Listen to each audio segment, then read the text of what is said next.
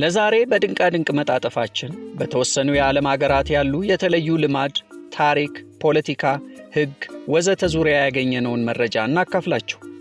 የመረጃችን ምንጭ ጉግል ፋክት ይሰኛል። በቅድሚያ ስለ ኢትዮጵያ ጉግል ፋክት በቅርቡ በኢትዮጵያ 4 ጉዳዮች ተደንቄያለሁ፣ እስቲ እናንተም ተጋሩት ብሎ መረጃዎችን አካፍሎናል። በአንደኝነት ኢትዮጵያ እንደ አውሮፓውያን አቆጣጠር ጁላይ 29 2019 የአየር ንብረት ለውጥን ለመዋጋት ባደረገችው የችግኝ ተከላ ጥረቷ በጊዜው በህንድ የተያዘውን ክብረ ወሰን ሰብራለች ይለናል ምንጩ። 350 ሚሊዮን ችግኞችን በአንድ ቀን በመትከል ነው ክብረ ወሰኑን የሰበረችው። ቀደም ሲል እንደ አውሮፓውያን አቆጣጠር በ2016 በችግኝ ተከላ ክብረ ወሰኑን ይዛ የነበረው ህንድ ስትሆን አሃዙም ከ50 ሚሊዮን በላይ ችግኞችን በአንድ ቀን በመትከል ነበር።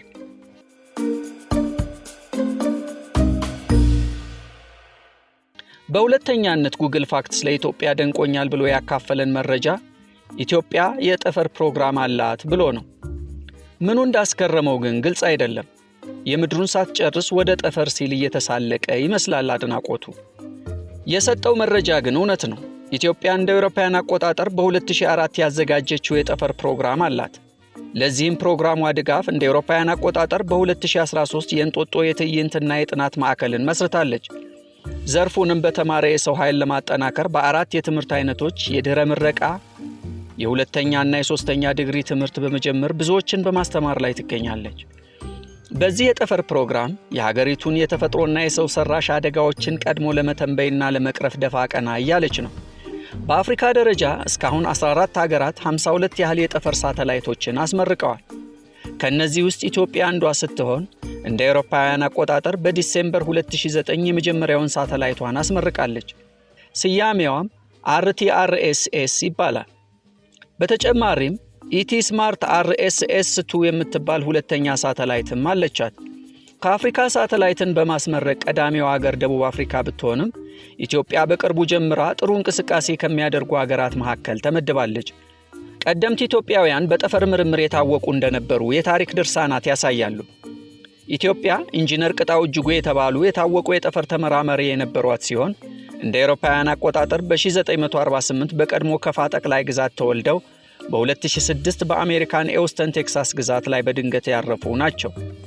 የመረጃ ምንጫችን የአሁኗን ኢትዮጵያን ነባራዊ ሁኔታ ብቻ በማየት ኢትዮጵያ የጠፈር ፕሮግራም አላት በማለት መደነቁን ይግለጽ እንጂ ወደ ኋላ ተመልሶ ቀደምት የስልጣኔ ታሪኳን ቢያጠና ጉዳዩ አስደናቂ አይሆንም ነበር።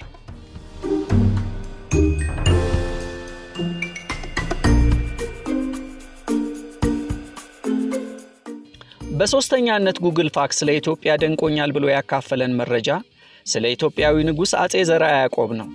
አጼ ዘርዓ ያዕቆብ ከ1434 እስከ 1468 የነገሱ የኢትዮጵያ ንጉስ ሲሆኑ የዲፕሎማሲያዊ ግንኙነት ለማድረግ ተወካዮችን ወደ አውሮፓ የላኩ የመጀመሪያው የኢትዮጵያ ንጉስ ናቸው ይለናል መረጃው።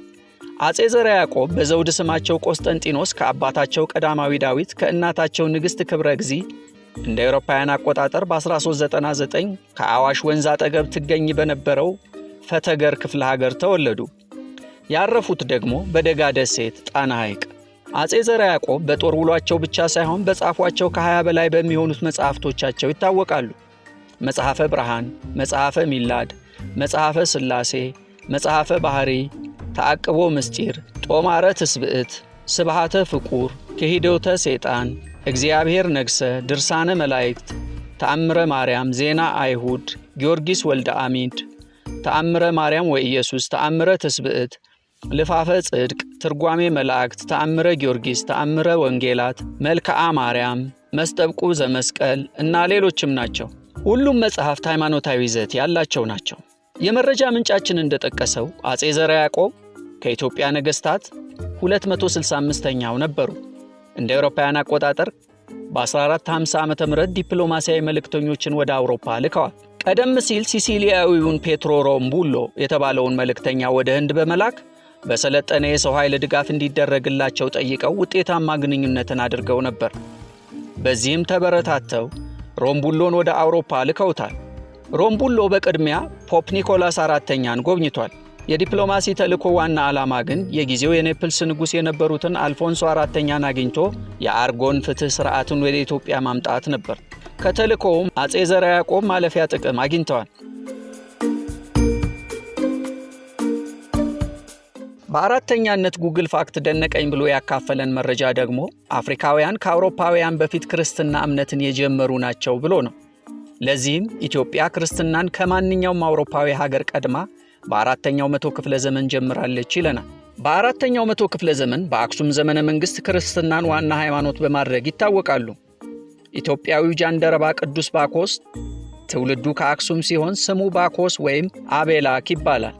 ገና በአንደኛው መቶ ክፍለ ዘመን ከ34 እስከ 46 ዓመተ ምህረት በኢትዮጵያ ላይ ነግሳ ለነበረችው ለንግሥት ህንደኬ ባለሟልና በገንዘቧ ላይ ሁሉ የሰለጠነ ሹሟ ስለነበረ መጽሐፍ ቅዱስ ጃንደረባ ይለዋል።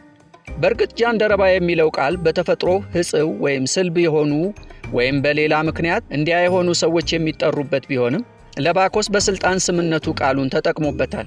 ይህ ጃንደረባ በወቅቱ በሀገሩ በነበረው የኦሪት እምነትና ሥርዓት መሠረት ለአምላኩ ለእግዚአብሔር ስግደትና አምልኮን ለመፈጸም ወደ ኢየሩሳሌም ሄዶ እየተመለሰ ሳለ ከምድረ እስራኤል ሳይወጣ ጋዛ በተባለች ቦታ ሲደርስ በእግዚአብሔር መልአክ የታዘዘው ሐዋርያው ቅዱስ ፊልጶስ በደመና ተጭኖ ወደ እርሱ መጣ። ያን ጊዜ ጃንደረባው በሰረገላ ላይ ተቀምጦ የብሉይ መጽሐፍትን ያነብ ነበርና ሐዋርያው ፊልጶስ ጠጋ ብሎ ስለሚያነበው ነገር በውል ያውቅ እንደሆነ ጠየቀው። ጃንደረባውም ስለ መጽሐፍቱ ምስጢር ያስረዳው ዘንድ ፊልጶስን ወደ ሰረገላው ጋበዘው። እናም ምስጢረ ክርስትናንና ከትንቢቶቹ እስከ ፍጻሜያቸው ድረስ አስተማረው።